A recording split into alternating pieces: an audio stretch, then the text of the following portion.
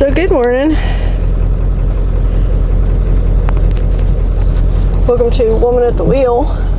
And it's early Wednesday morning, January 4th, 2023. Sun's just coming up, as you can see.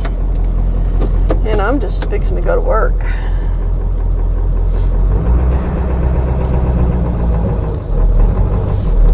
How's that for a picturesque kind of view there?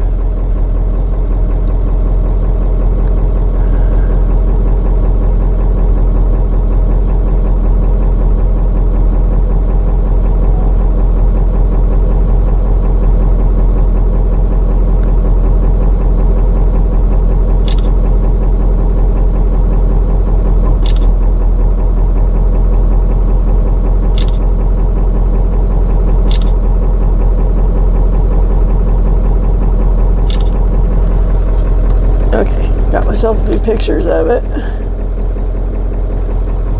I like sky pictures for some reason. Colorful sky pictures.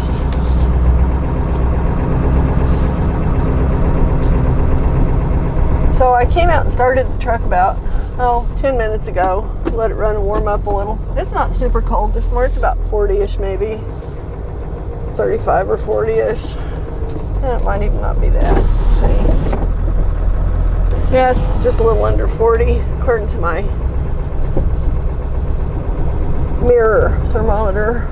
One of these days I'm going to invest in a thermometer that has a digital readout in here, so I don't have to try and guess at it when it's dark. Because I can't really see that thing until it's full daylight.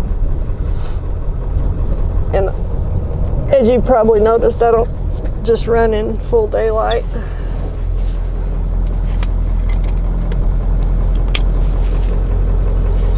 So I got some kinks worked out of my new camera mount. I'm hoping it will do well for me today. I'm gonna get all my accessories turned on here. So I turn everything off on this truck when I stop, just to save the battery. I usually do anyway. The other day, I pulled a real dumb move and see where my tablet's at. Anyway, I pulled a real dumb move and I left my key in the truck. Fortunately, it was not days that I was working, so that part of it was good. I cannot find my little yellow pad. There it is. Okay. This is why I write my mileages on, so I gotta have this.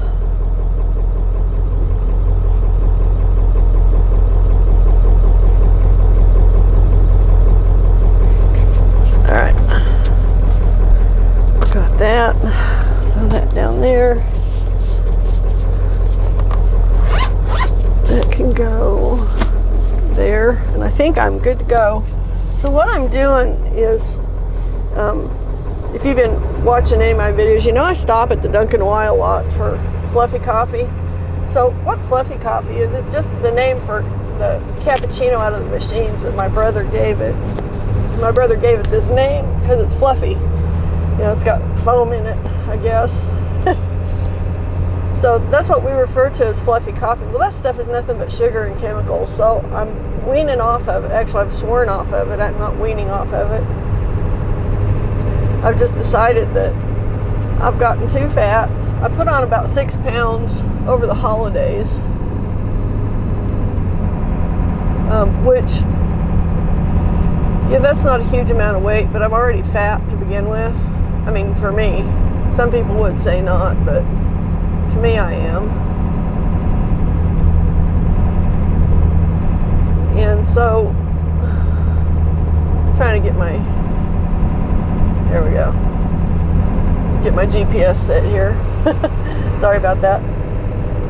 So anyway, I had been drinking a lot of those fluffy coffees. As you know, I'd stop at Dunkin' Y all the time and get one, or I'd buy some out on the road. They weren't usually as good out on the road, and I think I found like 2 or 3 other places in the country where I can actually buy the same type of cappuccino, same brand, same flavor.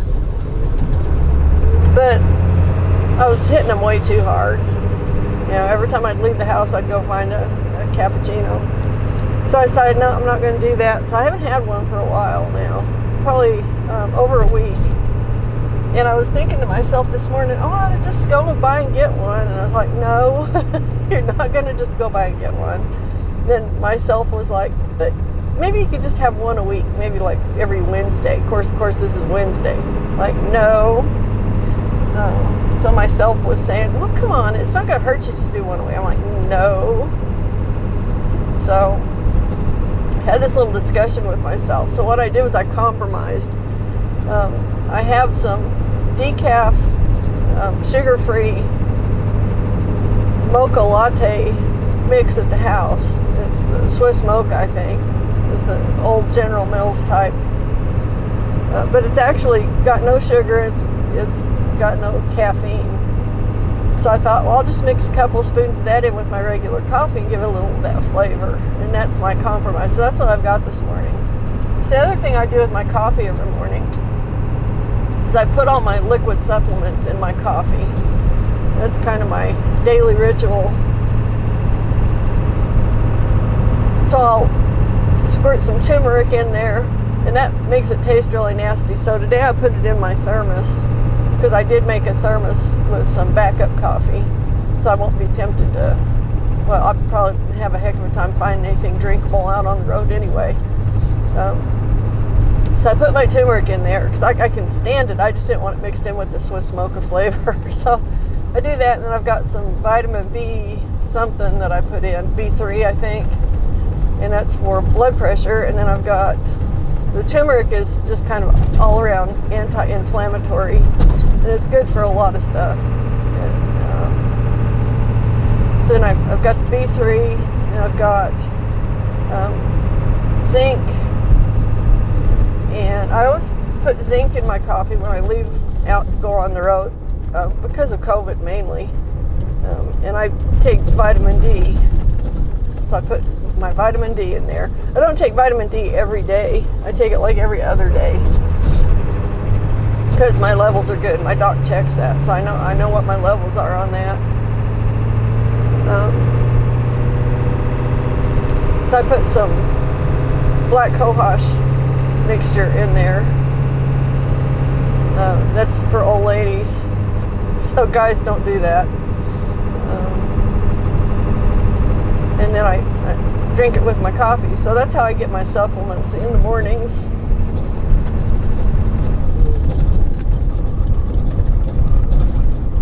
And if I skip a day, it's not a big deal. I do it most days. So I did not bring my supplements with me in my little food kit this time, because I don't expect to be out overnight.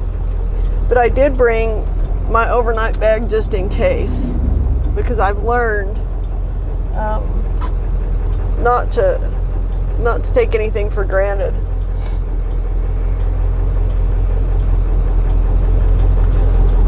I guess I'm going to try and go after this one. We've got a strung out line of cars here, just timing it just right to make it a little dicey getting out here. So I'm just turned onto Highway 81 on the north end of Amarillo, Oklahoma, and I'm heading north towards Oklahoma City. And the reason I'm doing that is because at 8:30, which is a little over an hour from now, I'm going to be picking up a trailer in Oklahoma City and hauling it over to Amarillo. So this is very similar to my job last week, and I'm so glad to have this, because this is easy work for me.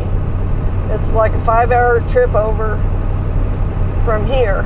It's about 4 hours from Oklahoma City, just under 4 hours. So I can go over, and theoretically, if they've got something coming back, I can at least get a start on getting that delivered. Or if they don't, I can make it home easily within the allotted time I've got. So it's kind of a great thing, especially this time of year when work is really slow. So this is already Wednesday. So Monday, of course, was New Year's holiday. Tuesday, I didn't get anything. So today, this is my first load of 2023. It is a great way to start out. I hope I do the whole year doing loads like this. This is my dream load here. It's one trailer going 4 or 5 hours away, and I can be home and sleep in my own bed that night. So we'll see how it goes. Now, I am prepared in case I have to stay out. If I get sent somewhere else, like if I pick one up in Amarillo and have to take it to Lubbock or something, I'll have to stay in a motel. So it's all good. I got it pretty much figured out. The only bad thing right now about staying in a motel for me is this truck. I've been plugging it in so that the engine heater runs it all night, keeps it warm, so I can start it easily in the mornings. If I don't plug it in, it's getting to be a real bear to start because it's cold-natured. And as long as it's, below 60 or 70 degrees, it doesn't really want to start up real easy. So I'll be glad when spring gets here, so I won't have to worry about this anymore. But for right now, it's a winter thing. But that's a lot of diesels are cold-natured like this. I had one in, I want to say it was a 2001, maybe, or 2000 and, oh, it might have been a 99. Anyway, it was a great big crew cab diesel Ford F-250. It's a nice truck. It's a very fancy truck. I just happened to get a good deal on it, and that thing was cold-natured too. I had to let it sit and run. Of course, we're talking about a lot colder temperatures. That was up in Colorado, and when temperature was 10, 15 below zero, that thing didn't want to start. Well, it would start, but it didn't want to warm up very quick. So if the windshield was iced over or something, sometimes it would take me up to an hour letting it sit there and run and defrost everything. It was just cold-natured. Well, a lot of diesels are. I'm not sure why. But this one is. It definitely is.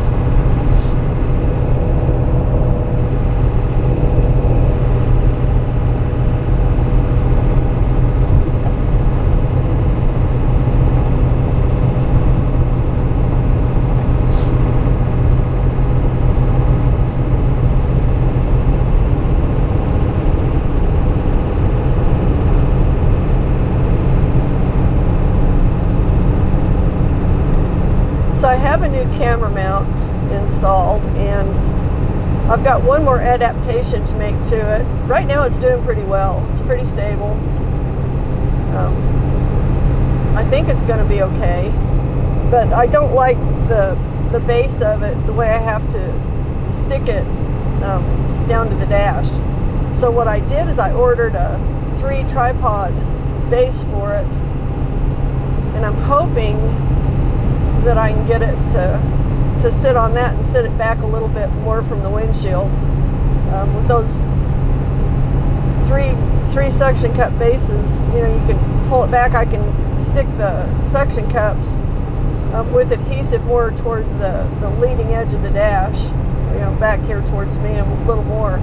Scoot the whole unit back a little bit. It's just a little close to the window, to the windshield, but I think it's going to be okay. It looks pretty stable. I took it out yesterday and test drove it, and it was terrible. And then I realized, because it was all rickety feeling, it felt like it was loose. So when I got home, I took it apart and got to looking at it, and there were some Allen screws in there, some set screws that were not tightened down. So I got a couple Allen wrenches and took care of that problem. So now it seems really stable. I think it's going to work out just fine. And we'll see how it goes, see how it looks, once I get back. Now, I'm not sure about the resolution on this. I may need to set it to a higher resolution. But for today, we'll just leave it as is.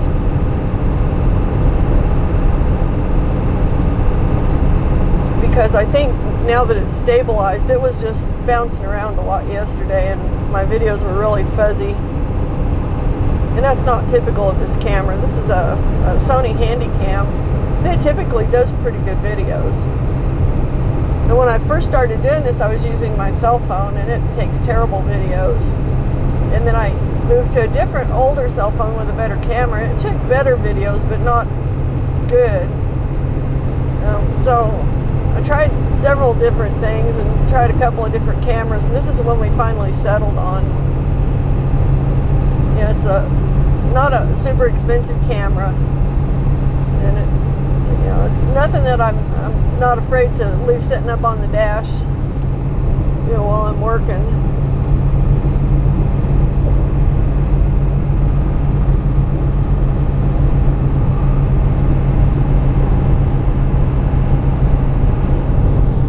And it really has done pretty well for me, so I'm pretty happy with it.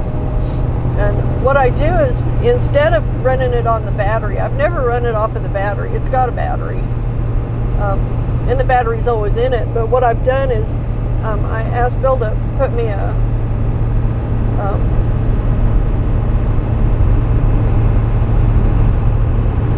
what do you call it? Shoot. It's wired into the truck so I can plug in AC and to an AC current. It's a transformer, not transformer. I'll think of it. Anyway, it's this thing that you plug your electrical stuff into, just using a regular AC electrical cord.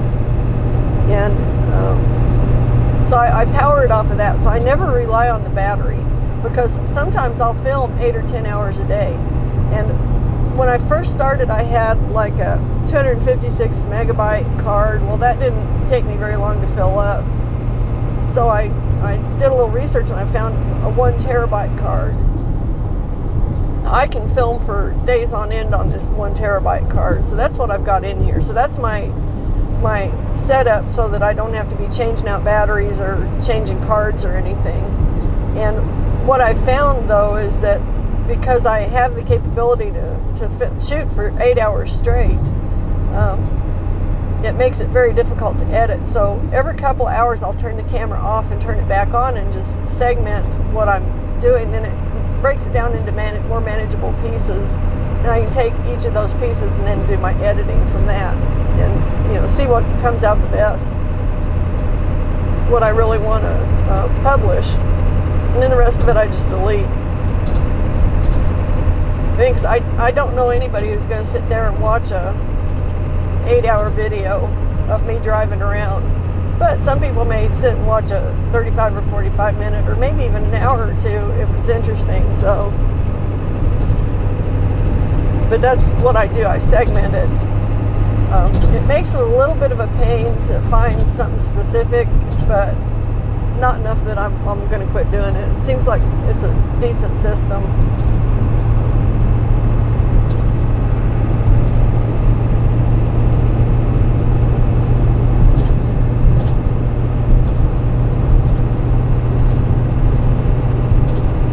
This road through here is really bumpy. Like every expansion joint you hit, bump, bump, bump.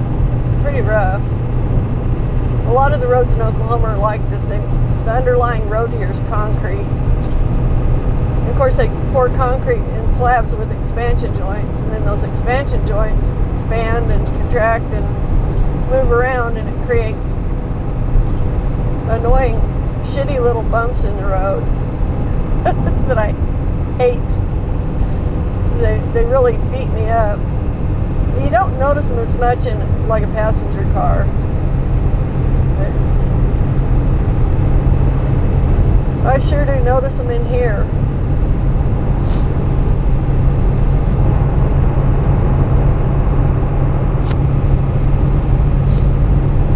So the nice thing about this video mount that I've got is it's set up so that I can turn a knob and swivel it and then lock it down, instead of having to flip the whole thing around like I was having to do before. So it's really convenient. If there's something I want to, if I want to pan, I can pan with it. Right now I actually have it kind of lashed to the mount, so it will stabilize it even more than just the mount itself. I've got some, like a little thin bungee cord. It's actually a elastic string out of a sweatshirt or something, I think. But it's got one of those little slides on it that you can tighten it up and then it'll hold it tighter. So I slid that underneath the mountain and up over the front of the camera, just so the front end of that camera doesn't bounce around. It just gives it a little more stability.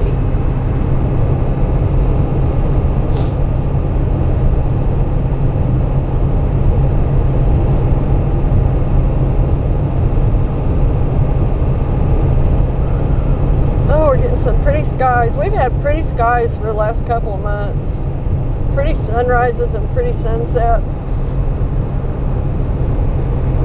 The sun is in the southeast. It's coming up in the southeast. It's that time of year, and for some reason it makes the colors really, really awesome in the mornings. I mean, the pink you're seeing up there that's to the north, so that's just kind of being cast up around somehow, because the sunrise is kind of behind us and off to the right. Talk about pretty.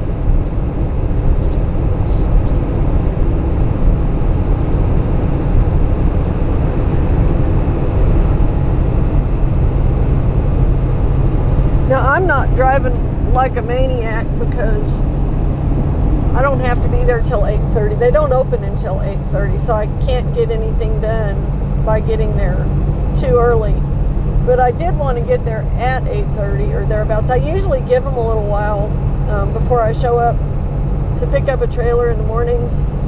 But this is one of those deals, if I can get it right when they open up, or as soon thereafter as possible, I might have enough time to bring back one if there's something coming back from Amarillo. So I didn't want to drag my feet and get there at 9 or 9:30, because that would kind of foobar that whole idea. Now, odds are there won't be anything coming back. I'm going to say this time of year, I'm pretty much resigned to the idea that I'm going to be coming back without a load, and that's fine. I'm not going to sweat it. I'm not going to worry about it. But it would be nice to have a paying load coming back if one was available. So I want to make sure that I have the time to do that, if that's an option.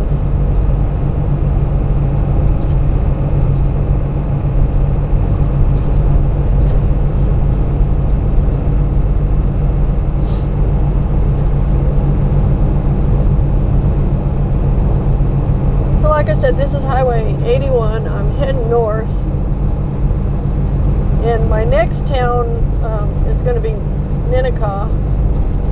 We don't really go right through the town of Ninnekah. The actual town sits kind of east of Highway 81, a couple miles, but the township is what we'll go through, I guess is a good way to put it.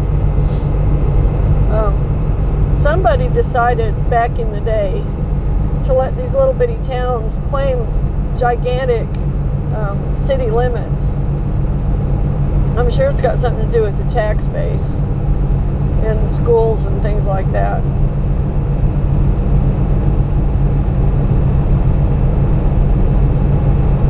But Ninnekah's not that big of a town at all to start with. It's a few hundred people.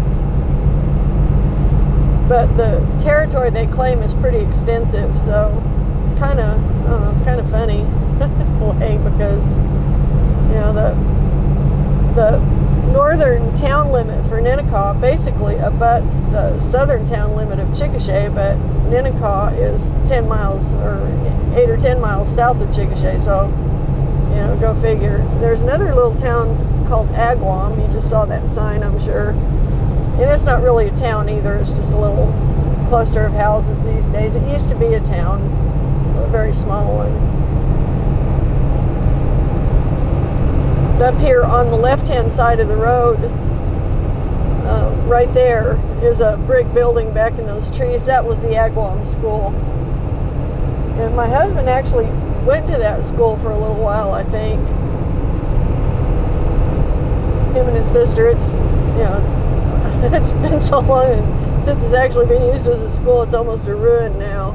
So, you know, a lot of these little farming community schools, there were hundreds of them, if not thousands of them, in Oklahoma, because basically wherever there were kids, they had to be within walking distance, I guess, of a school building. So they're like every 4 or 5 miles, there's another school, old country school.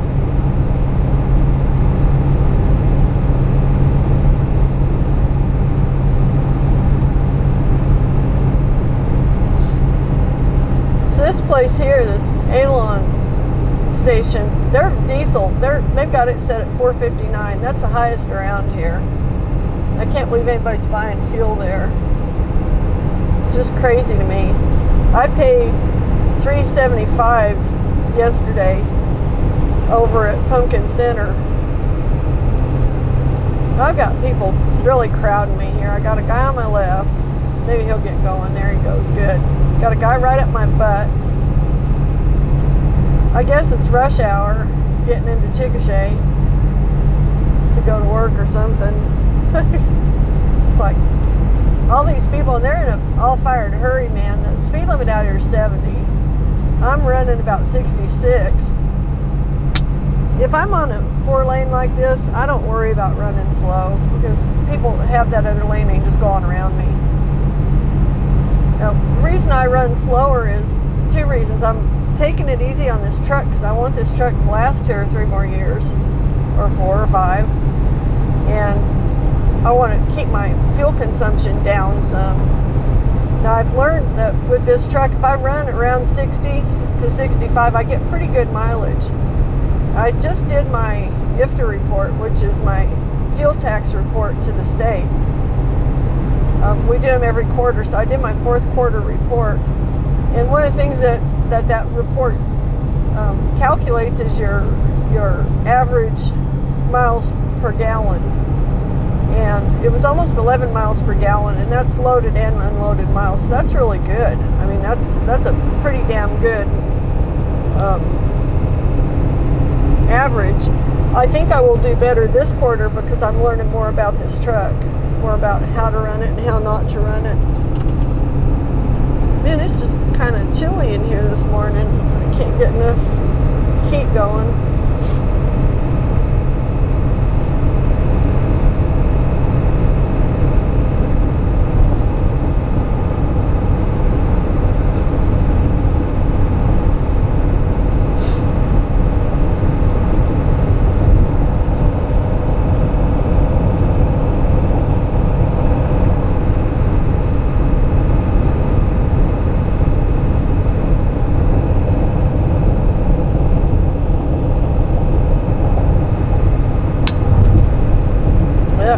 I thought my coffee was going to be really good. It's pretty hideous, actually. It's pretty bad.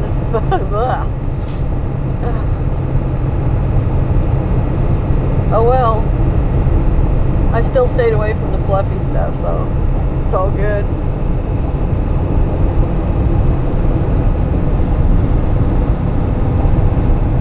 What the deal is with that? It's pretty nasty tasting. Supposed to be Swiss mocha flavored. I don't think I put enough in it, so it just gave it a little hint of something, which should be okay. I mean, it doesn't have to be syrupy thick to taste decent.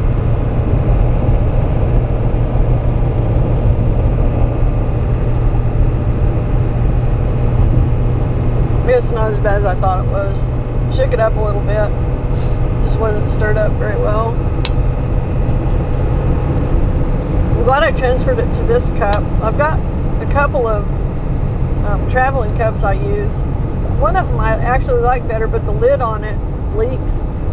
Not like leaks around the edge, but what's sitting in the cup holder, if my cup is too full, it'll literally splash up out of it. So I actually grabbed the one this morning that had the lid that locks closed, so it won't do that, because I knew I had a pretty full cup.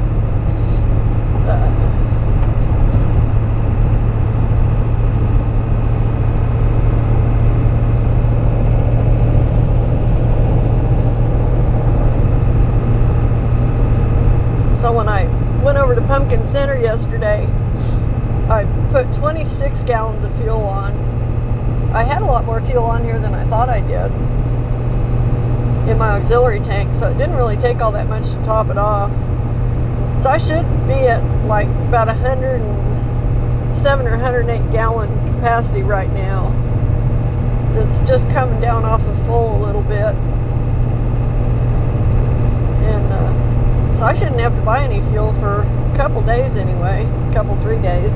I will have to stop and transfer some over, which I learned last week. I have to be careful doing that because I had a little bit of a snafu with my fueling. I was over in Texas on my way back from Amarillo, and I pulled over in a little town just on the side of Main Street, so I transferred some fuel over. Everything was fine except the wind was blowing really, really hard, and when the tank got full, it burped a bubble, which they'll do that once in a while. And I usually stand back. Well, I was standing back. I mean, I wasn't standing right under it, but the wind caught that bubble and blew it right onto me. So from my knees to my toes of my boots was pretty much soaked with diesel, and I had to get out of town because I couldn't exactly change clothes in town. I couldn't just shug my jeans there in town, so I drove a couple miles out of town, got on the side of the road and parked the truck so I had a little bit of privacy. Luckily, I had an extra pair of jeans with me. I didn't think I did because I didn't have them in my bag, but there was an extra pair tucked behind my seat.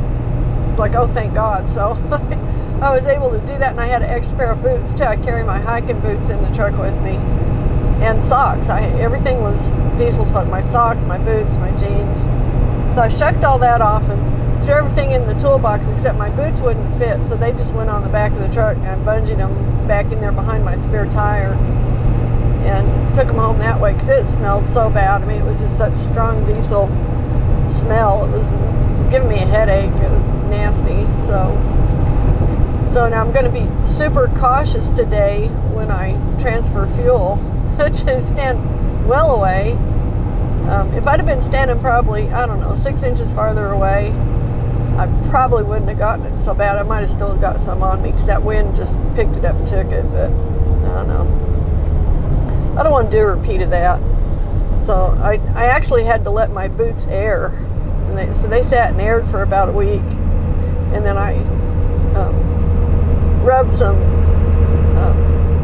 essential oil on them that doesn't smell like diesel. So they're okay now. It kind of neutralized it. They don't like stink so much. If I get real close to them, I can still smell it, but I'm kind of sensitive to the smell of it anyway.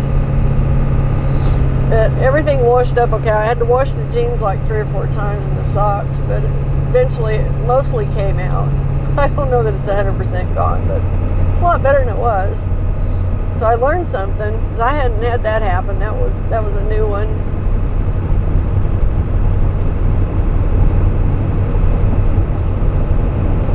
So needless to say, I do have a spare pair of jeans and a spare pair of boots in the truck now, just as a general rule. Not going to get caught that way again, thinking that I don't have the jeans if something happens. So, yeah, and I could have just came on home. I'm sure it wouldn't have killed me, but it really smelled bad. And I was driving with the windows open and everything. It was still kind of gagging me. I got a bad dose of it. It was pretty bad.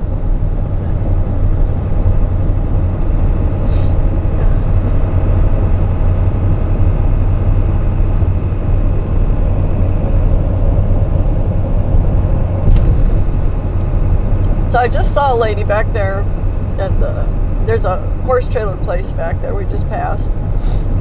And I think it's the same lady that came in and hauled a trailer out of there one day when I was hauling one out of there. I didn't get to talk to her much because everything was kind of rush, but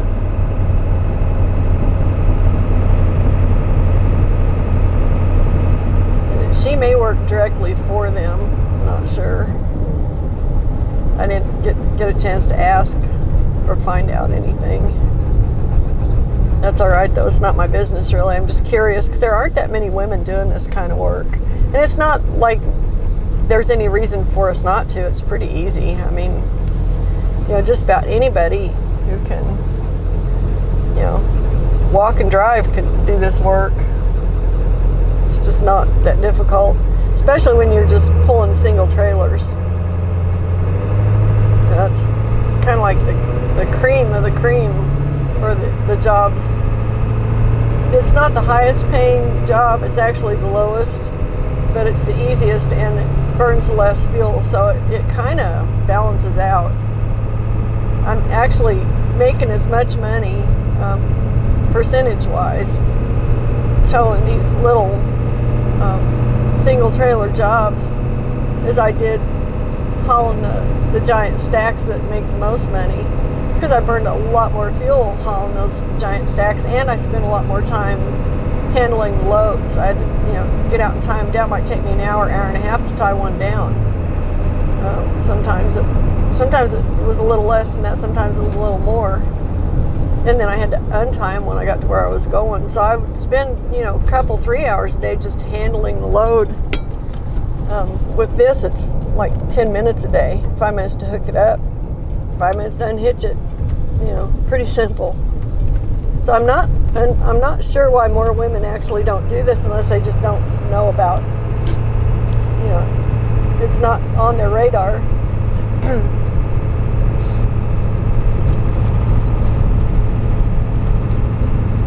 So basically what you need to do this, man or woman, is you need a Class A CDL, and you need a 1-ton or bigger truck. Some people actually manage to do this with a 3/4 ton, and I'm more in the 3/4 ton range with this little 1-ton that I'm driving now. But if you've got a full 1-ton, like a modern 1-ton, like a Dodge, with a higher load capacity and a higher towing capacity, you can be pretty much in demand if you're willing to travel. That's probably a big part of it that's a turnoff for a lot of people, because you do have to travel. It's what the job is. So I've been a lot of places. There are some places I refuse to go. California is one of them. Oregon's another one. I probably won't go back into New England or anywhere east of northeast of Pennsylvania. I won't go into New York. So, there are places I don't want to go. I'm not crazy about going into Florida. And as far as like California and Oregon, it's just their rules are screwed up, and it eats into your bottom line, or you can't even enter the state. With this truck, I can't drive in California because it's not good enough for them. Which is fine. I don't care. I don't want to go there anyway. They can go get their own shit. But as far as like the Northeast and Florida, it's just so hard to get in and out of these places because there's basically limited routes going in and limited routes that you can get out. And once you get in there, it's just kind of a drag. I don't like being in some place that takes me so long to get out of. So I like staying in a range where I can go out overnight, get my delivery, and come back. If I've got to travel, I don't want to be 2 or 3 or 5 nights on the road like when I go to Maine. I haul the trailer up there, and I think it was either 5 or 6 motel nights, and that's a lot of money on motels. Motels are not cheap anymore, and I wasn't getting paid that much, and I burned a lot of fuel doing it, so it wasn't really worth my time to go up there. I made a little profit on it, but not much. So I make more profit off of these little day jobs when I can string them together, so. But I guess that's probably the main thing that would probably turn people off to it, is the idea of having to travel. So I've kind of got it down to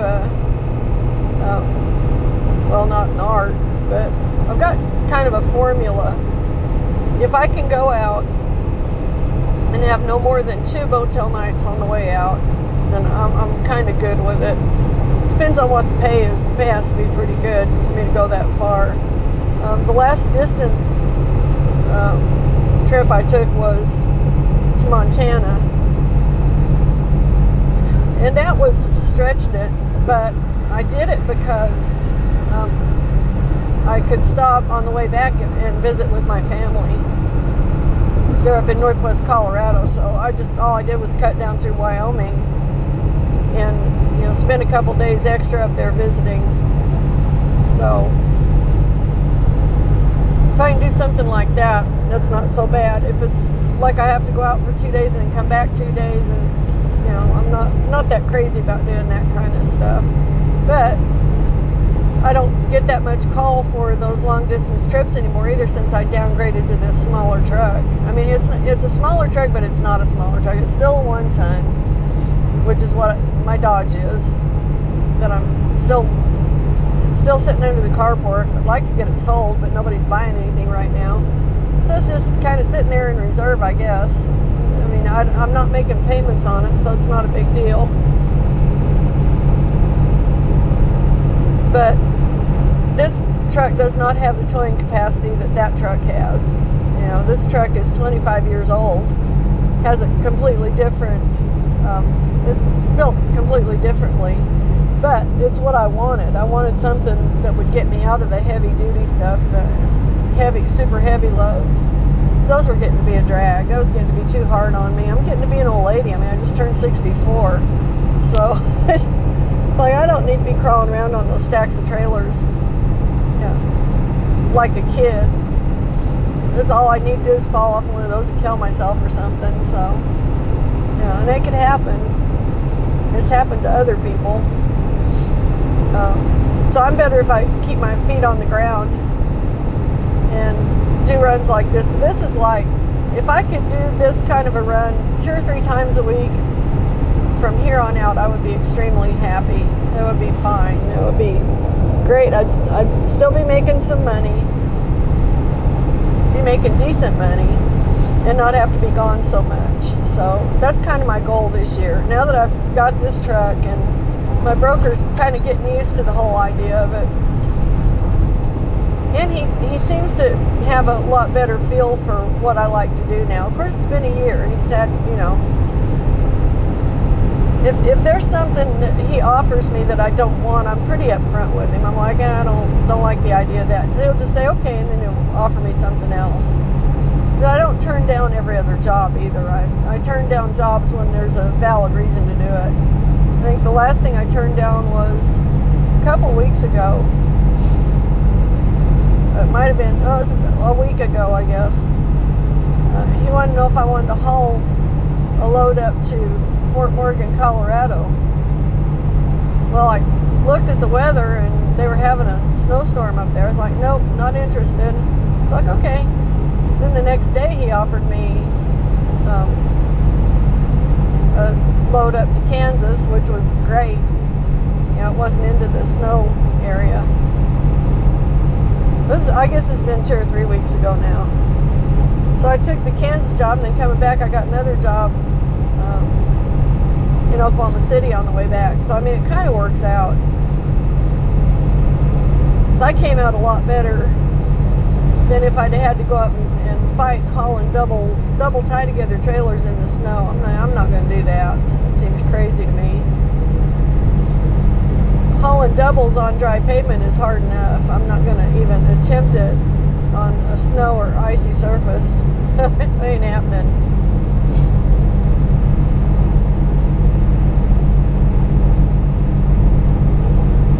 So we are on the H.E. Bailey Turnpike. I'm sorry I neglected to update you when we got onto it.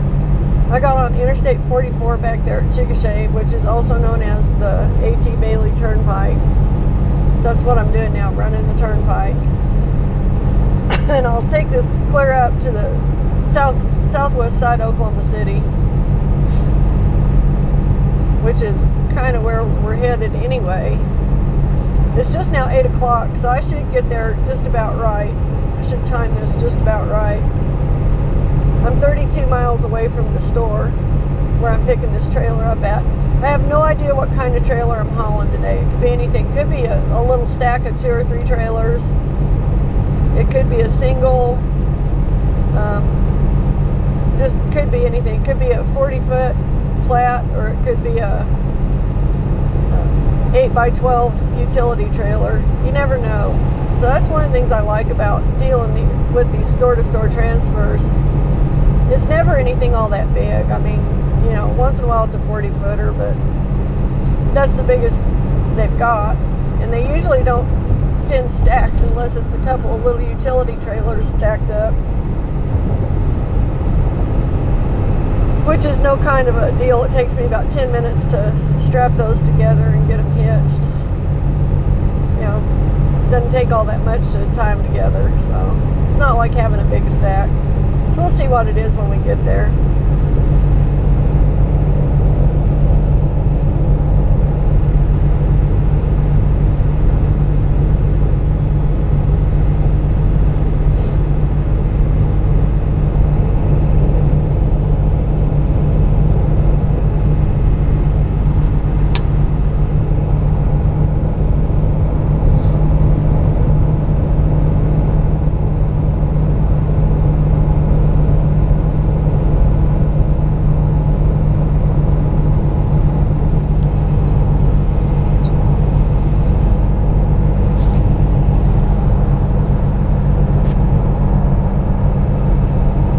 Like about a 30 foot, 28 or 30 foot, might be a 28 that that guy right there is hauling. I haul a lot of stuff like that, little gooseneck floats. That's very similar to the one I hauled to Amarillo last week. Mine was a little shorter than that, but very similar to that.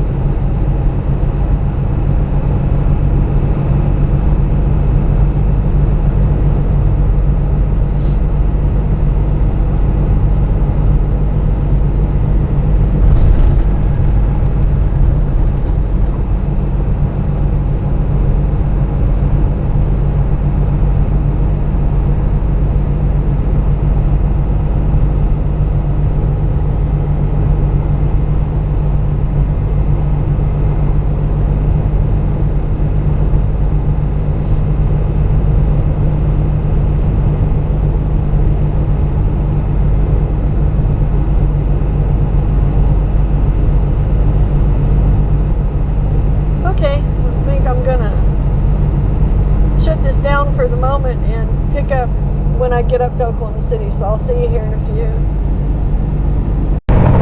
Okay, so I'm getting into Oklahoma City and I'm about a little less than 10 miles out from where I'm picking this trailer up at, or these trailers, whatever it turns out to be.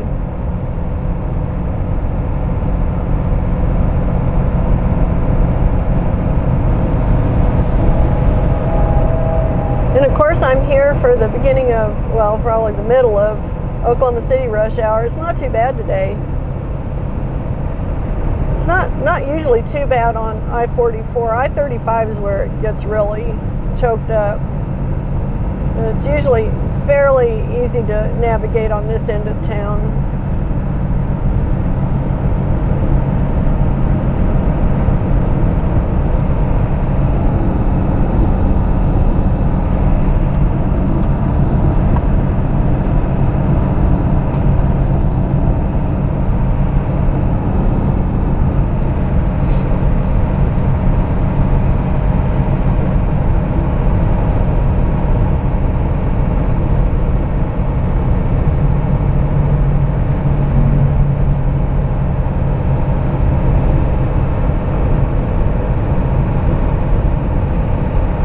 Still northbound.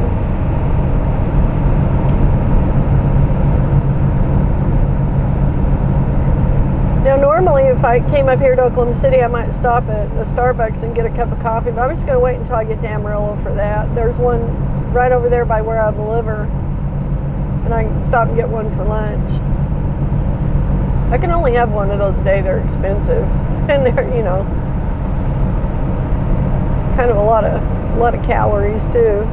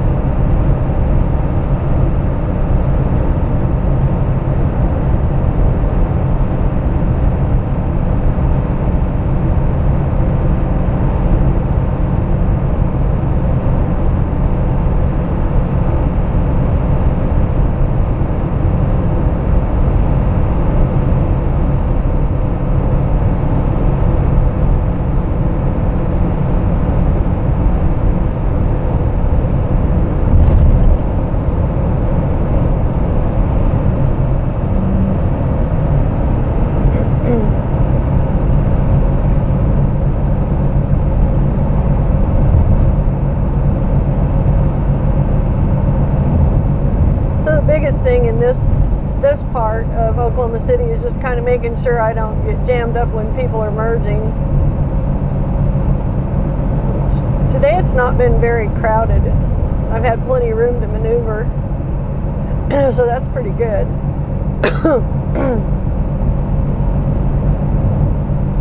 Sorry, as usual, my sinuses are a mess.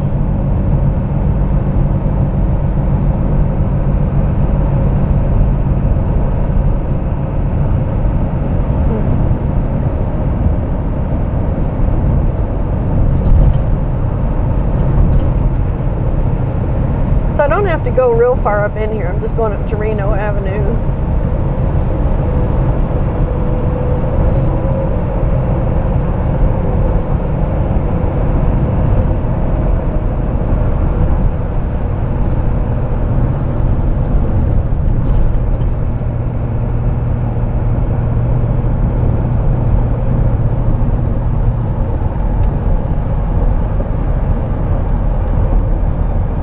This little white car beside me was getting awful close to me.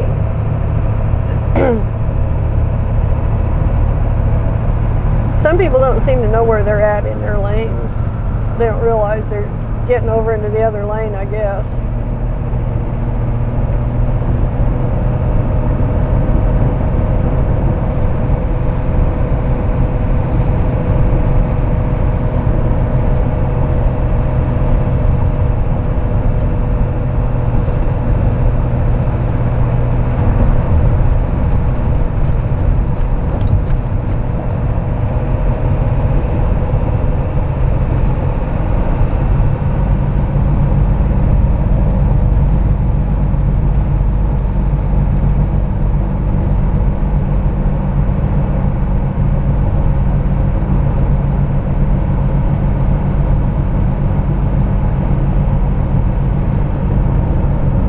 Okay, from here we've only got about 4 more miles to go,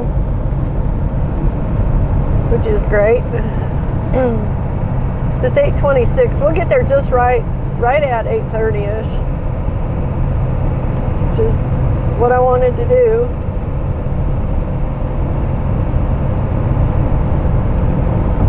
Yeah, we don't get into a giant cluster up here maybe anyway.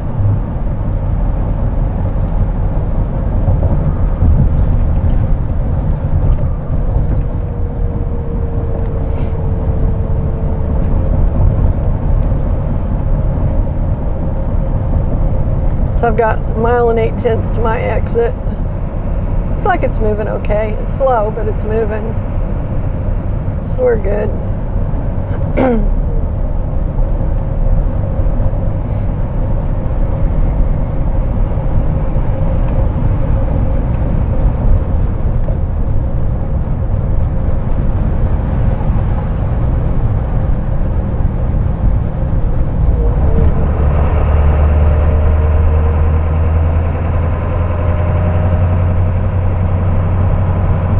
Wonder if that's a Mexican truck.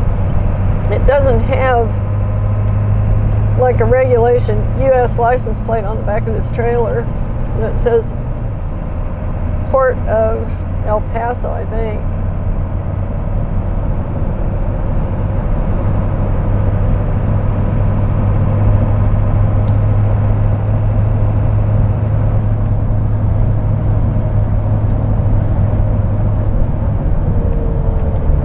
Okay, 1 more mile to my exit. Oh, Laredo, not El Paso, Laredo, La Porte, San Antonio, Houston. No, there's no license plate on that trailer. I don't know, but to me that seems like a violation.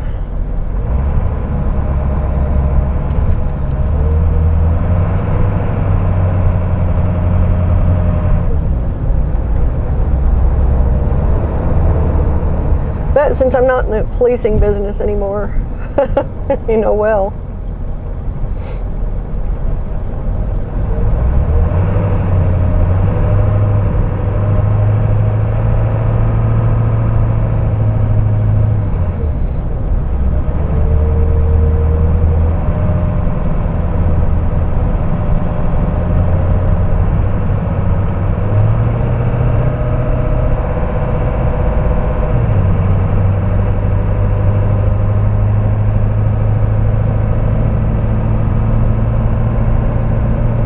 Half mile to my exit. I'm ready to get off of here now.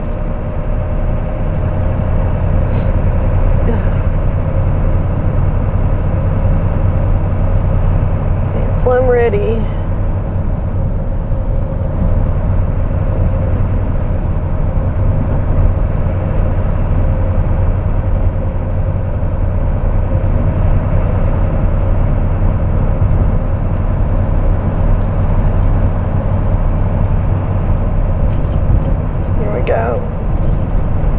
Yay, get out of this mess.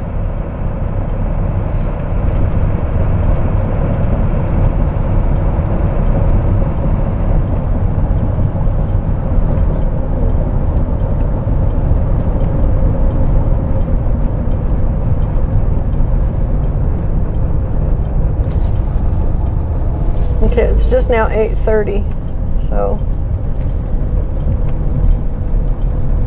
this is working out okay so far.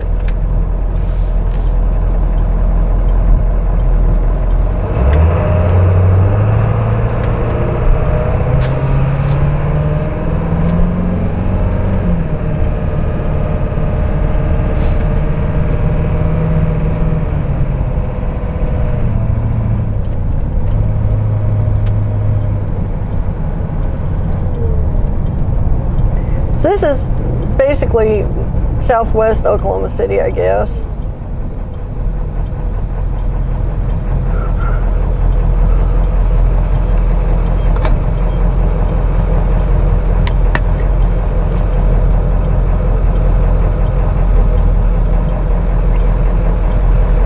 Come on, people. Some time today. This guy could have gone like 3 times now. Get his butt out there and do it. When in Rome, do as the Romans do, right? So I don't drive meekly in cities. If you're meek when you're in a city traffic situation, chances are you're just going to be stuck sitting at a light somewhere. Sometimes you have to just kind of be a little more, I'm not going to say like aggressive, but you have to be a little more proactive. Okay, Interstate 40 is right in front of us. We're going to go under it. So I'll be coming out and picking up 40 when I leave out here and heading west. So that's nice and handy. And we are crossing, this is the Oklahoma River.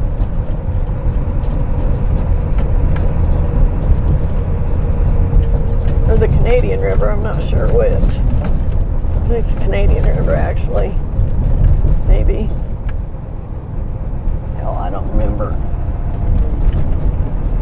I don't see a sign. Oh, that's the Oklahoma River. Okay, I was right the first time.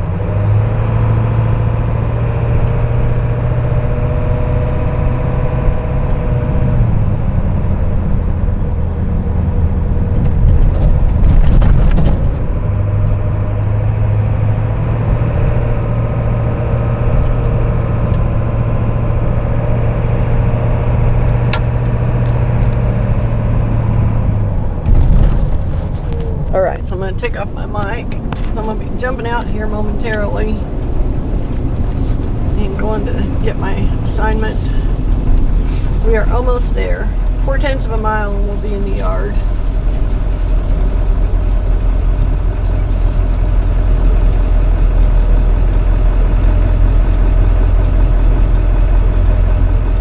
This is Reno Avenue. It's a pretty busy road.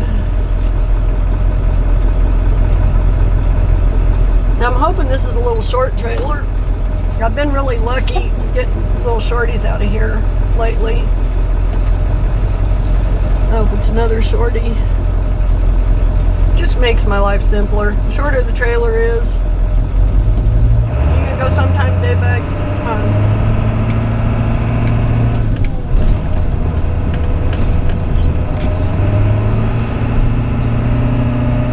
I took special care yesterday to put a little bit of a shine on this truck. These guys up here really like this truck. I try to make it look pretty when I come in and pick something up here. I told them they could pet it if they want to. They're kind of cracking up over it.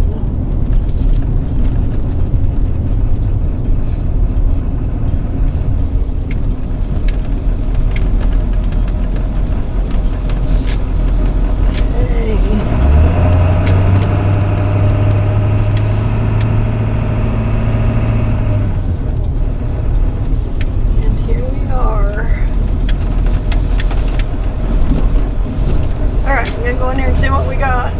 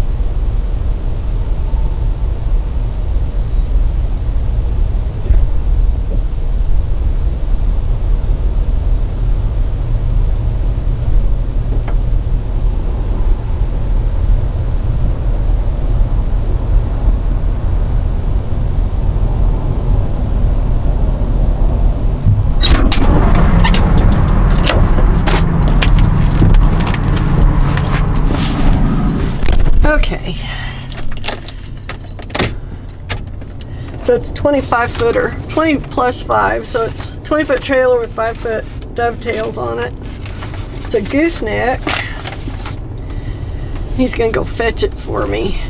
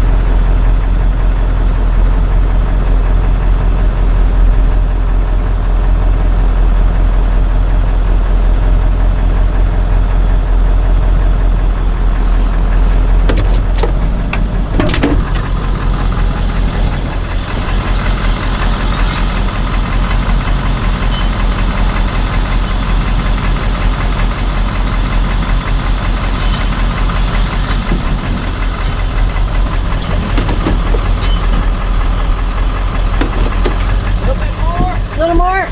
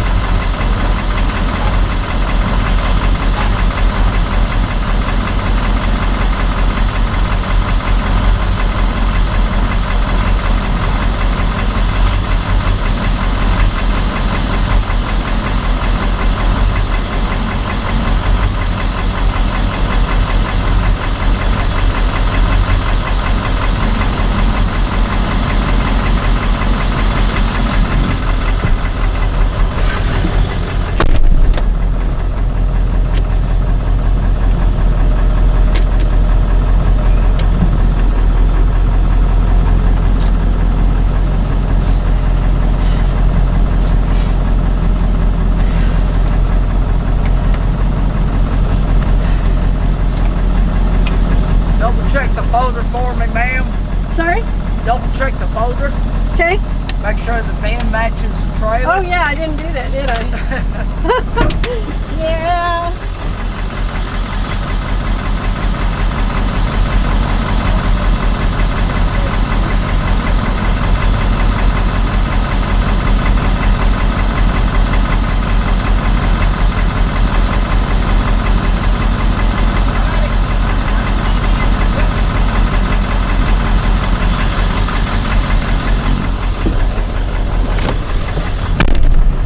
Okay.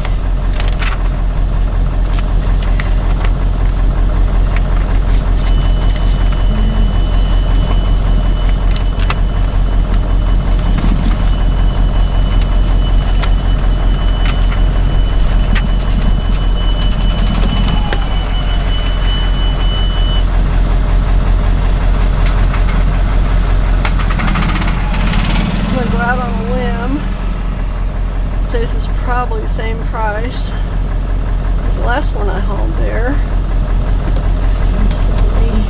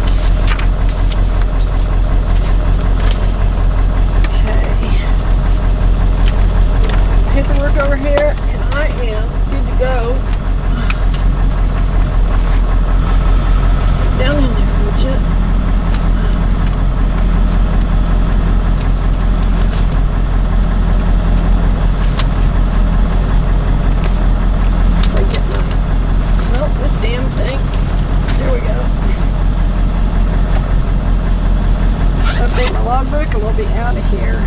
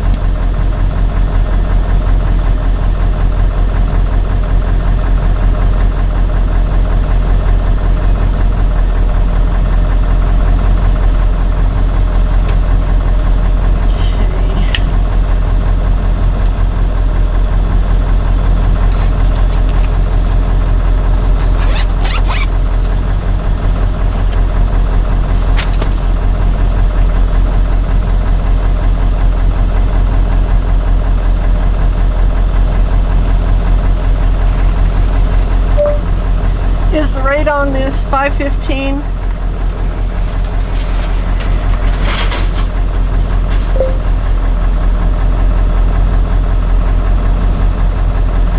Rate on this $515.70.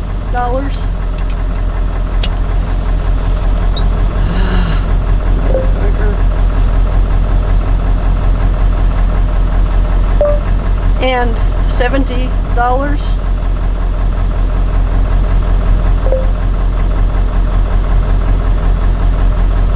Rate.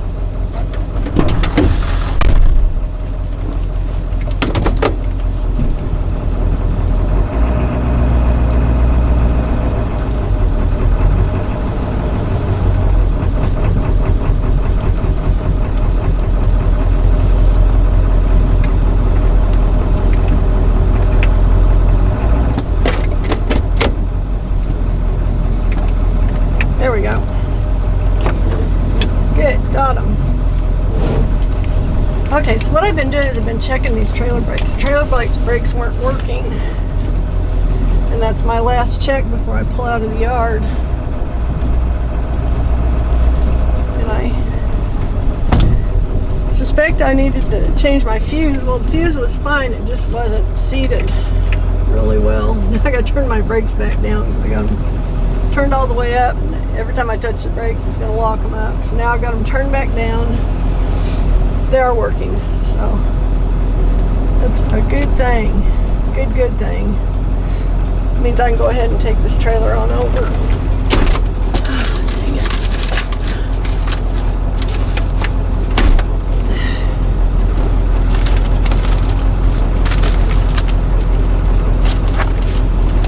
I got a big mess in here because I had to dig my fuses out. It's alright though. So because of the way this road is configured, I got to go down here and turn around. Oh, I guess I don't. It's got a different route for me. Okay. I go up here to Agnew, and then I can get directly onto I-40, which is pretty awesome. That works. I was thinking I had to go back behind me.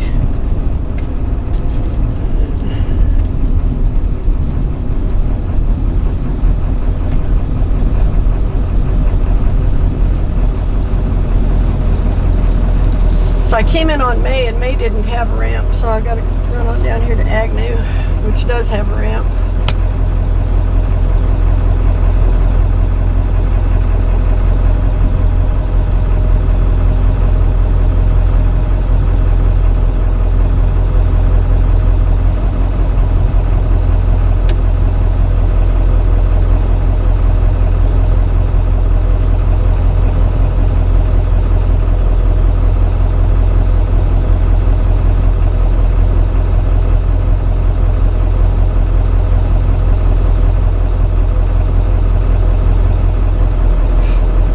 I'm not sure what the deal was, if my fuse just came unseated a little bit or what. It was not burnt out, which is a good thing because I don't have that kind of fuse on the truck. I'll have to stop and get some.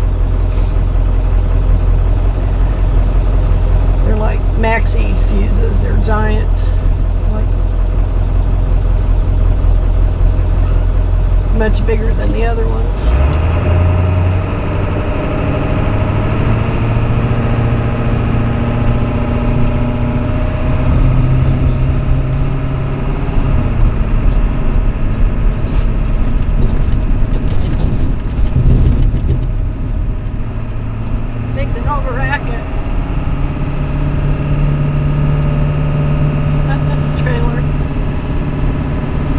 It's a nice short trailer, 20-foot gooseneck with a 5-foot dovetail ramp on the back. It's a really nice configuration. That means I can pretty much maneuver wherever I need to without having to get too worried about it. Sometimes when you've got like a 40-footer on, it's a different story. 40-foot trailers are... You gotta have a football field to turn them, basically. And it's a real pain in city traffic, turning, when you gotta stay in one lane and make you turn. So, kind of glad it's not a 40. And it's not super duper heavy. It's probably a, I don't know, 5,000-pound trailer. So it's heavy. It's a heavy duty trailer, but it's not crazy. It's actually very similar to the one I hauled over last week. It might be the same configuration. Kind of looks like it, deck over with dovetails. I think it is. I think it's just like the one I hauled last week. So it's all good. So I'm taking a different route than I took last week. Because last week I hauled the trailer home the night before and then left out for Amarillo from Marlow. So I'm just getting on I-40. I'm just going to run straight over to Amarillo. So it's a little less complicated. Won't be making any turns or anything. We're just going to stay on the interstate till we get there.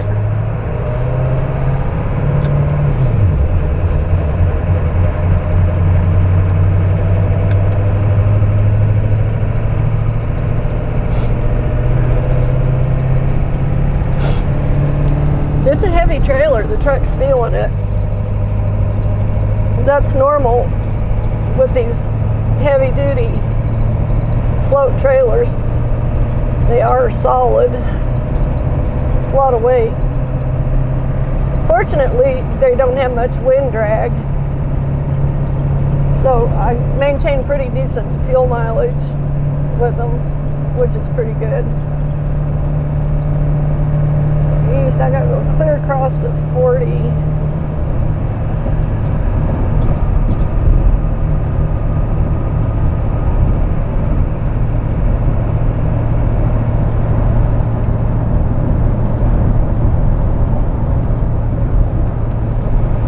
I think this is right.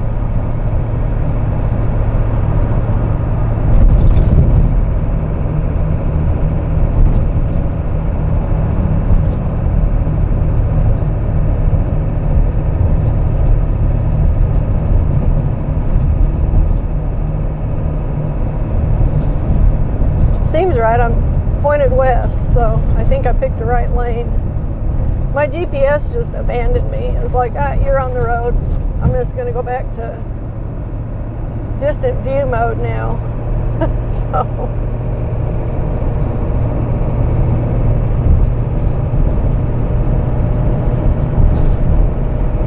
that's okay, because unlike the GPS, I actually do have a brain, and you know, I can adapt quickly.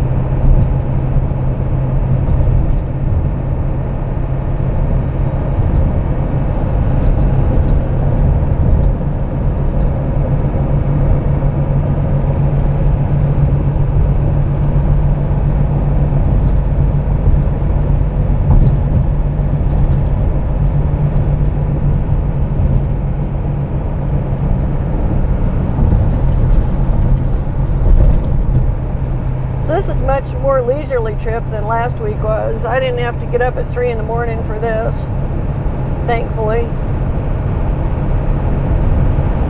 That pleases me immensely. Anytime I get to actually sleep into normal hours is fine by me.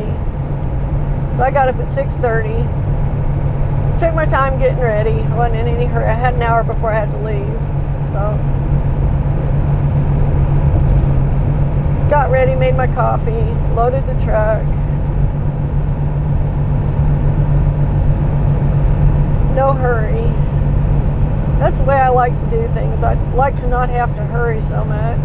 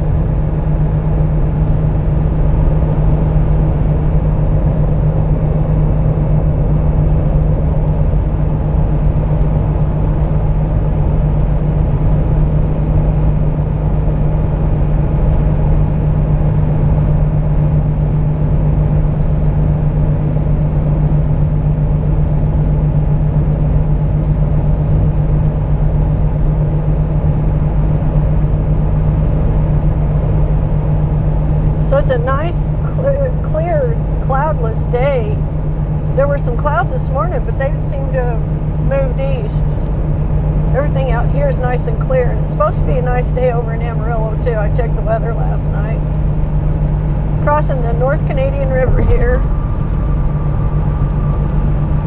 It's supposed to be in the 50s and clear all day here and in Amarillo, so it's freaking awesome.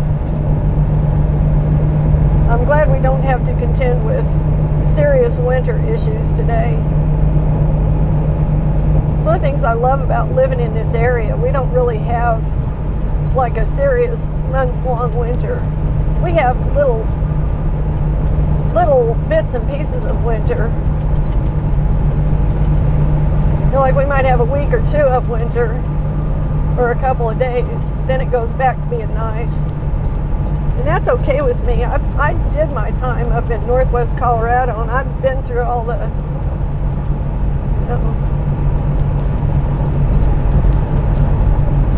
50-degree below zero working nights and all that business for weeks on end. Don't really miss it at all. Well, there are two things I actually miss about Colorado. One is my family, because most of them are up there. The other thing is the scenery. I do miss the mountains. I'm a mountain girl born and bred, and that part for me is kind of hard. But I've learned to appreciate this kind of a different type of scenery. You know, flat prairies, open plains. I don't hate it.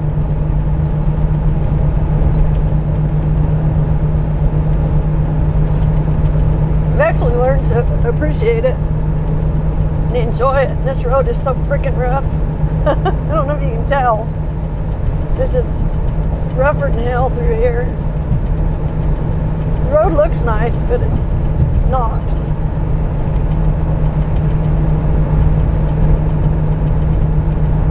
Back to that concrete slab stuff where the expansion joints have moved around and it makes it rougher than hell.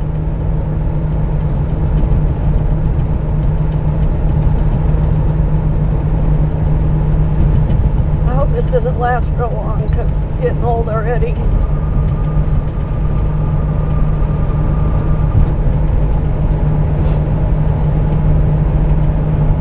Getting very old, as a matter of fact. Okay, I gotta adjust my heat. It's too hot.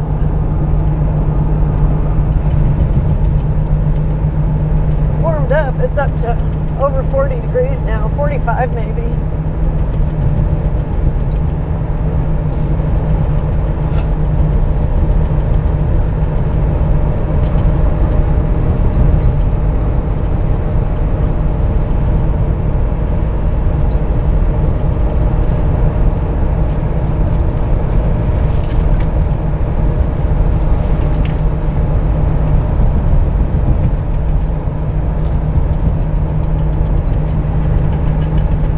It's driving me freaking crazy, all this shit rattling around.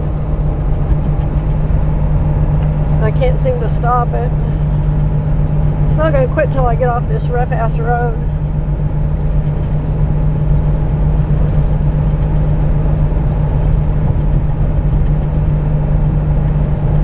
Seems like it gets a little better once we get past Yukon. I don't know. It's been a while since I've been this way.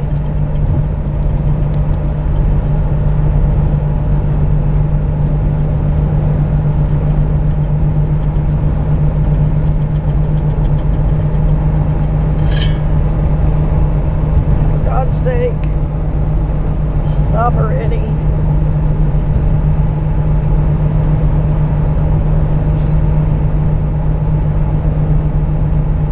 Okay, I think I got the rattling stopped for the moment anyway. Which is a good thing, because that drives me nuts. That will irritate me quicker than just about any other thing in the truck. So when something is rattling in the cabin, I can't get it to quit.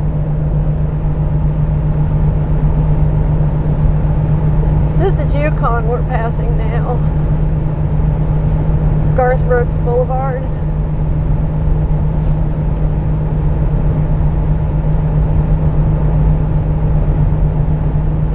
this road will smooth out here pretty quick.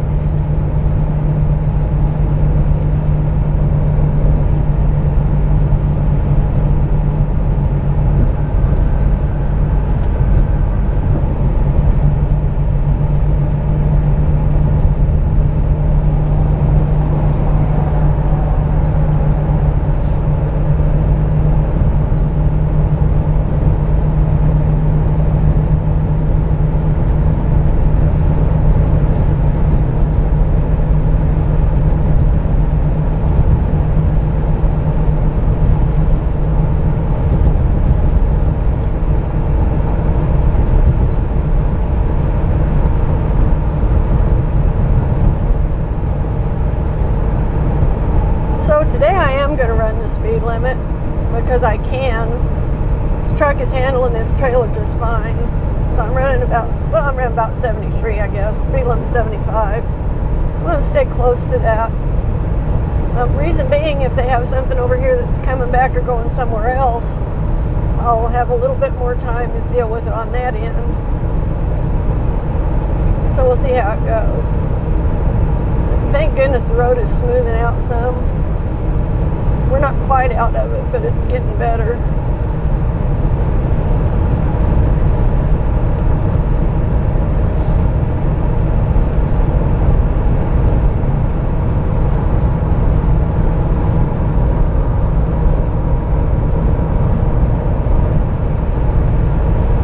My poor GPS thinks I'm speeding because it thinks the speed here is 70.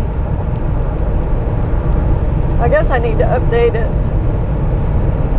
It seems kind of like a pain in the butt because I can read the speed limit signs for myself. So,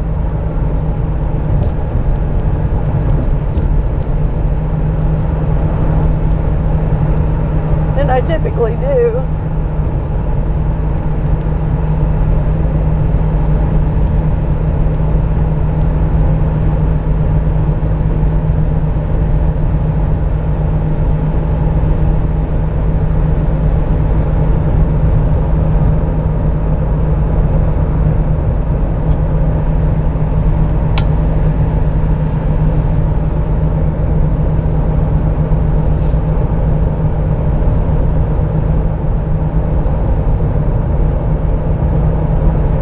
With friends is closer than you think. Shouldn't that be R? Drinks are, with friends are. I mean, it's pretty bad when you're in the business of writing for a billboard and you can't even figure out correct grammar. I mean, I'm sorry, but that was a big fail. Big F.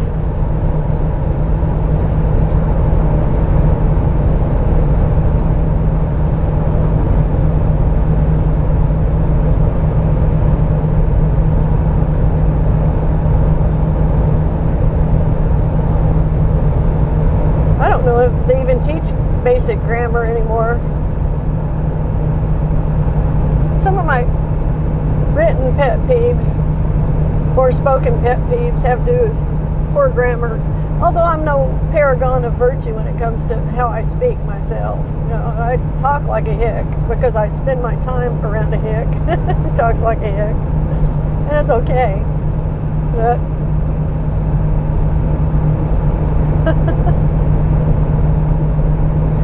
I'm trying to blame Bill. It's not really his fault. I just talk the way I talk. But I did get a solid education in grammar. So when I see it someplace like that where somebody's actually been paid to write something, I mean, they should at least write it correctly, right? Isn't that what people are paying them to do? So just for future reference for this sign writer, singular gets an is sometimes. Say, the dog is brown. Plural gets are, and are, as in the dogs are brown. Pretty simple shit. I mean, seriously. I know. I am fussy about it. I really am.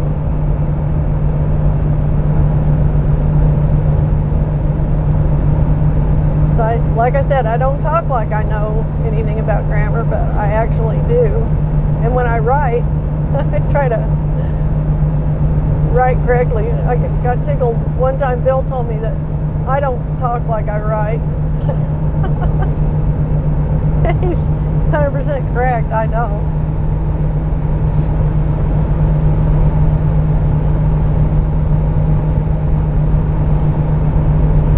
Pretty funny.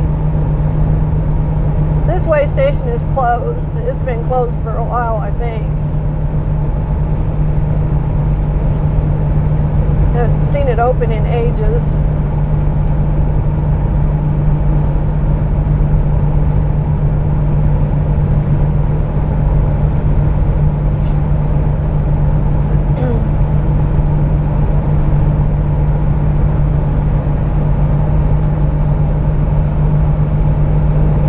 Get over here.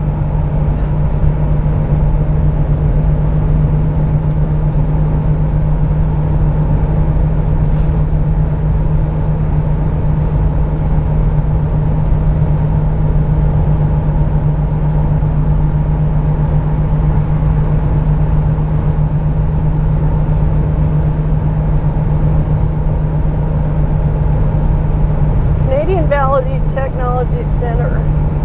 So they've got a branch here in El Reno, and they've got another one in Chickasha. I went to the one in Chickasha back when it was the Canadian Valley Vocational Technical Satellite back in the 70s. And that was where I studied drafting and architectural drawing, mechanical and architectural drawing.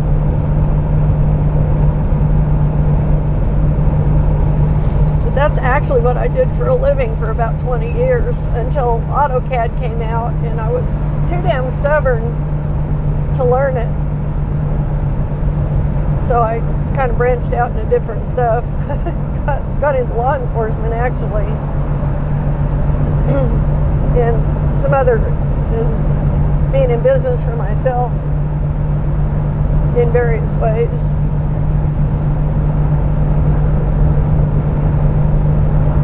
But I paid $5 a year for my vocational education because I was in high school at the time. But I don't know where else you can get that kind of training for $5 a year. Not these days. $500 a year maybe, I don't know. Probably not though, because just to take the driving course that I took at Central Tech over in Drumright to get my CDL the first time around. It's been, 12 years ago, I think, 12 or 13 years ago. At that time, it cost me $2,500 for the course and lodging and all that because I had to stay up there for about a month. I checked the price on it just out of curiosity not too long ago, and it's gone up to almost $5,000 for that course. So I'm not sure if that tells you how expensive education has become or how worthless the American dollar has become. I rather think it's that one. I think our dollar's not worth crap anymore, so everything's expensive. That's kind of inflation. That's the definition of it. You know, your money's not worth anything, then everything's expensive. That's where we're at. From where I sit, anyway. That's what it looks like to me.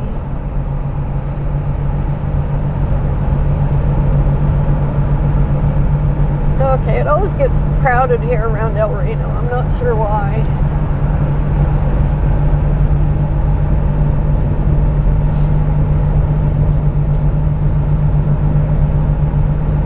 The road gets a little busy.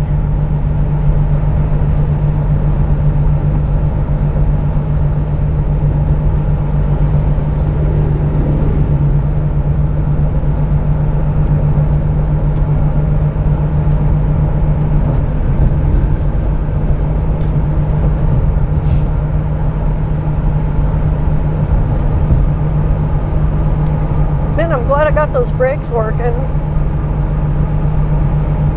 This is the kind of thing you learn from doing. when I first started, I didn't know that your trailer brakes could go out and just need a change of a fuse. Had no idea. But we're just reseating the fuse. All I did was pull the fuse out and looked at it to make sure it wasn't fried. It wasn't, so I stuck it back in there real nice and solid. Made sure it was seated correctly, and then I had trailer brakes like I was supposed to. So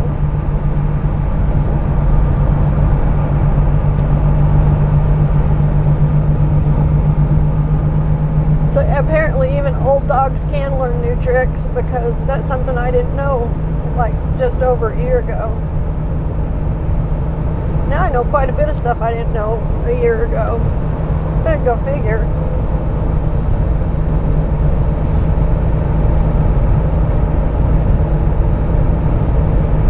I went back to work for this outfit a year ago. December 1st was my first load for them. So I'm up to 13 months with them now. It's gone by pretty quick, actually. They've kept me pretty busy. I mean, here it is, the slow time of the year, and I've been pretty busy even so. You know, I haven't been hurting. I'm still making an income, and it's, you know, decent income.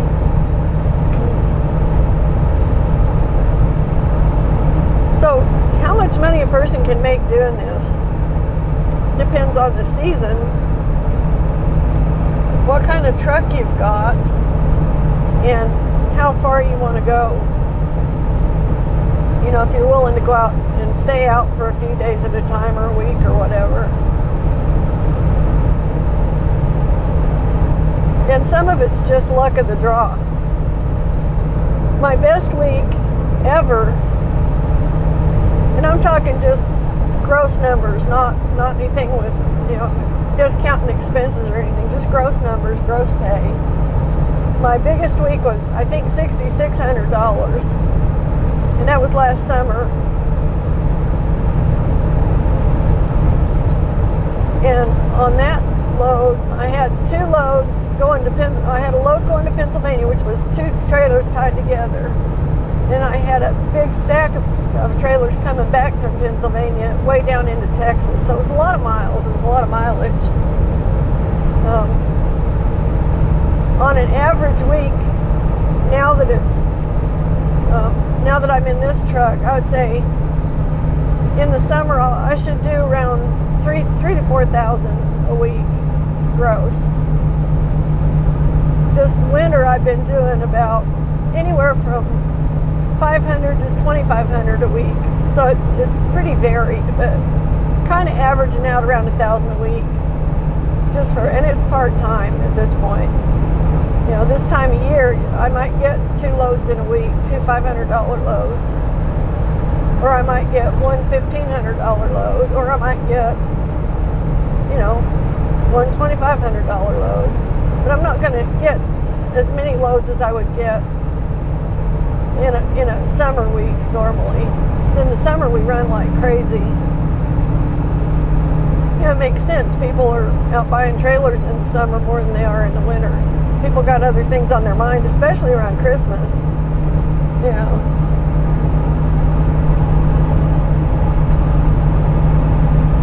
But I expect things to start picking up probably in the middle of February. Maybe sooner if we have an early spring. Now, in these parts, we could have an early spring as early as the first part of February. Or we could have more winter blow in and not have spring until mid-April. The last few years we were having long, cold winters, comparatively speaking. So maybe this year will be a little different. Maybe we'll have a short winter and go back to our long spring pattern, which I would like. I would like that a lot. I don't like the long winter pattern. Couple of reasons. You know, it's freaking cold and miserable. I don't like that. But it's really dangerous to pull trailers on snow. So I really don't want to have to do that. You know, it ups the danger value considerably when you get into snow and ice. And just hauling trailers on dry ground has its own inherent risks. You know, things can go wrong with the trailer, things can fall off the trailer. You know,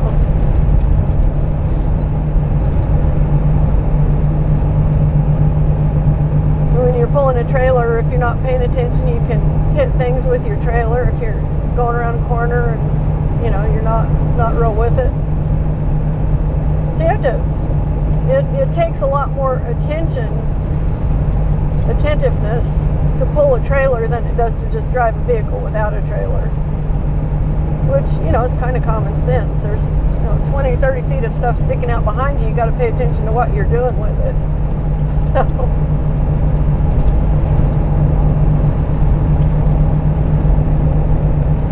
But if you add ice and snow into the mix, then you're up in the ante. You know, the odds are getting better that you're going to have some problems. You know, you can jackknife, which I've done on ice. It's not any fun, and it does a lot of damage. So you can really mess things up. Hit the ice just right, and your trailer decides to go into a jackknife. There's not much you can do about it.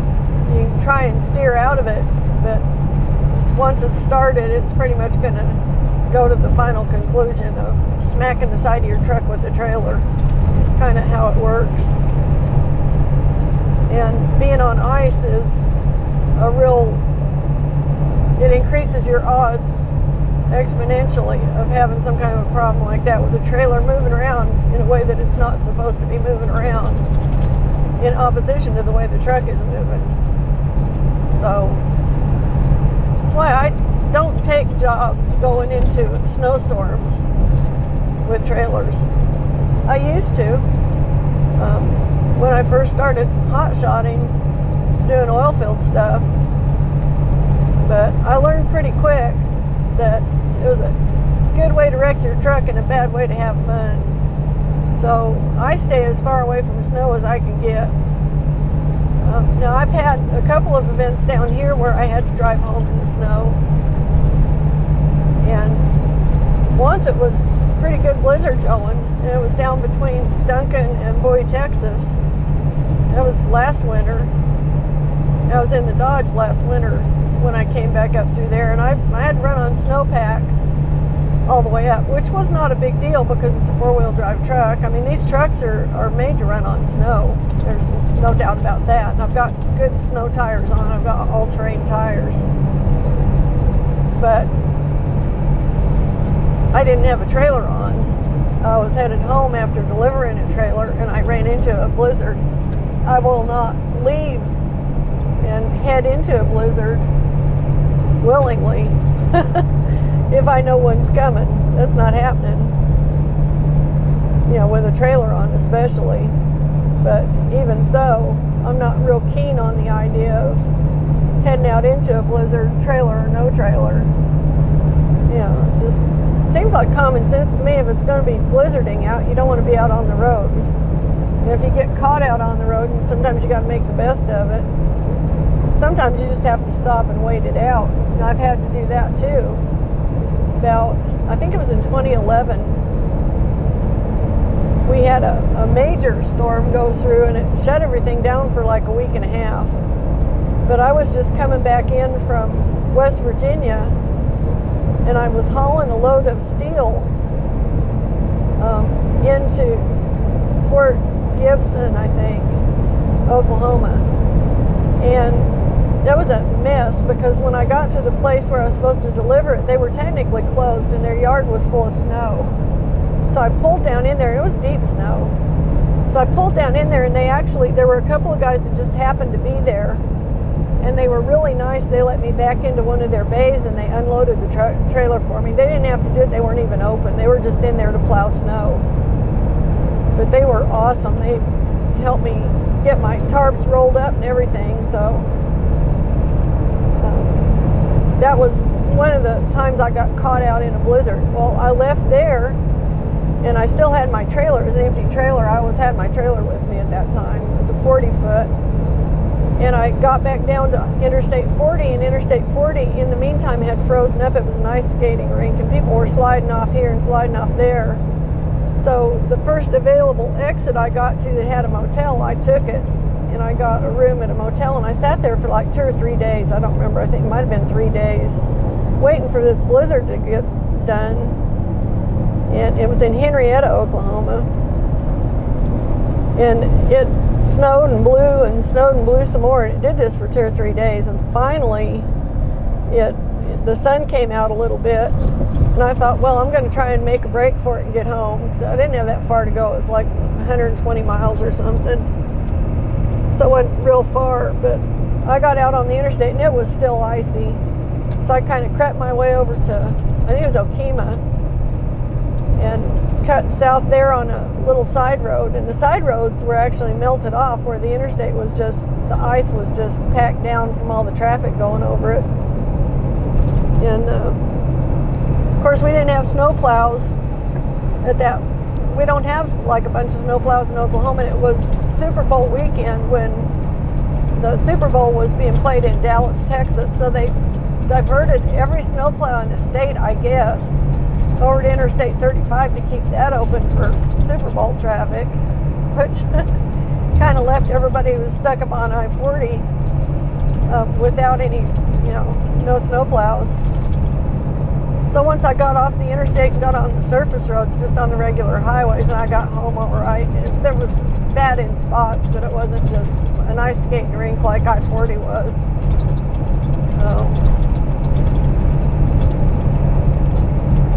So I do not intentionally drive into snow.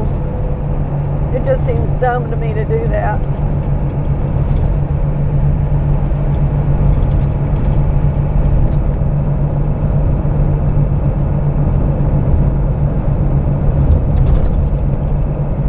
Okay, you might recognize this exit, the Geary-Watauga exit. I take this usually when I'm headed up to Colorado with a load. I'll cut off here and run up through Watauga, up through Woodward, and then up into Kansas or Colorado, depending on where I'm going. So I'm not going there today, obviously. I'm going to Amarillo, so I'm going to stay on 40 all the way across. Now, once we get past all this hilly stuff, the traffic, you'll notice it'll start to thin out some, and I'm not sure why that is. I have no idea, really. So I don't know if a lot of people get off the interstate in the next, 30, 40 miles or what. Kind of doubt it. Maybe it's just the pace changes or something. But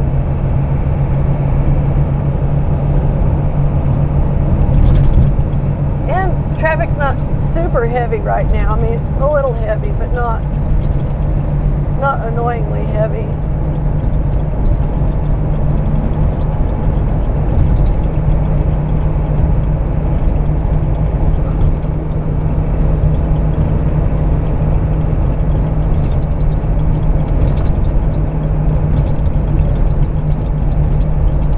I'm just glad it's a nice day. I'm glad it's warm. There's no snow, no ice, nothing in the forecast for the next week. So hopefully I can make some hay while the sun shines and get a few jobs this week. So it's already Wednesday. I lost Monday to the holiday. Tuesday, there was nothing. So Wednesday, there's this. Maybe if I can get one more job this week, I'd be pretty happy.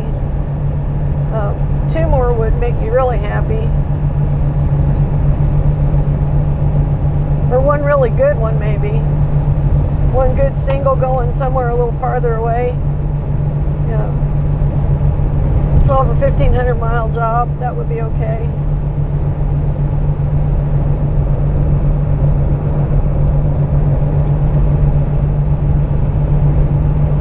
So we're basically in western Oklahoma now, west central Oklahoma. By central, I mean north to south. It's kind of centered on the state. I-40 kind of runs right smack through the middle of the state in a north to south fashion. It runs east and west, but I mean, it splits north and south pretty evenly.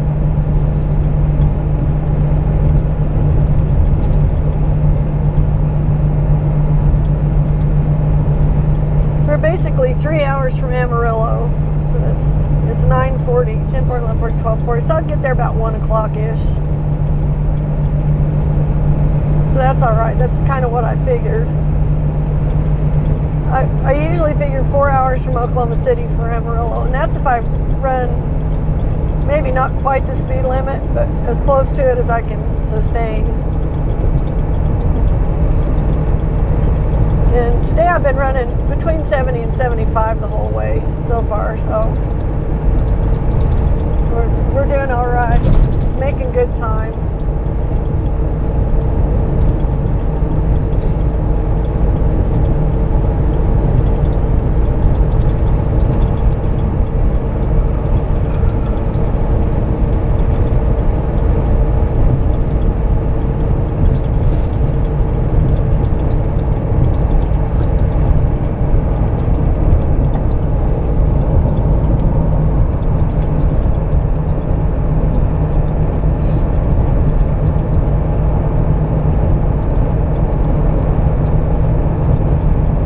A big river bottom down in here. This might be where the Canadian River cuts through, I'm not sure. South Canadian, okay, that makes sense. This is a really nice river bottom. Lots of trees down in there.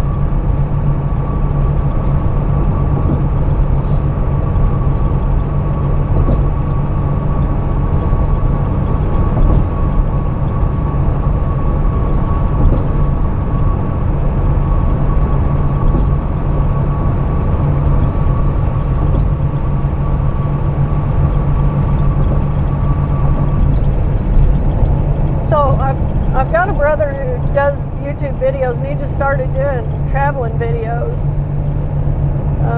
He lives up in northwestern Colorado, and he runs a route for his business that he does up there. So he just started, he's got 2 of them up, and it's Backroads of Colorado, I'm pretty sure is his channel, the name of his channel. But I'll link it up under here so you can find it. He has some pretty dramatic scenery that he's highlighting and showcasing. He likes running back roads. It seems to be a common theme in our family. I do too. He put out a couple of videos this week that were really interesting to me because he took kind of the back way over from Rabbit Ears Pass from Steamboat Springs to Granby. You know, whenever I've run that, run that area, when I've been headed over to Granby from Steamboat, I stay on Highway 40 all the way across. But he found some other ways to go, so it's kind of interesting to me.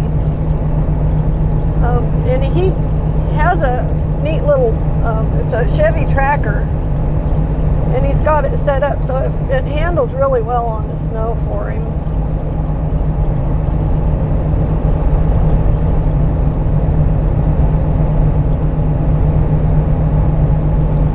So he has no problem running on snow.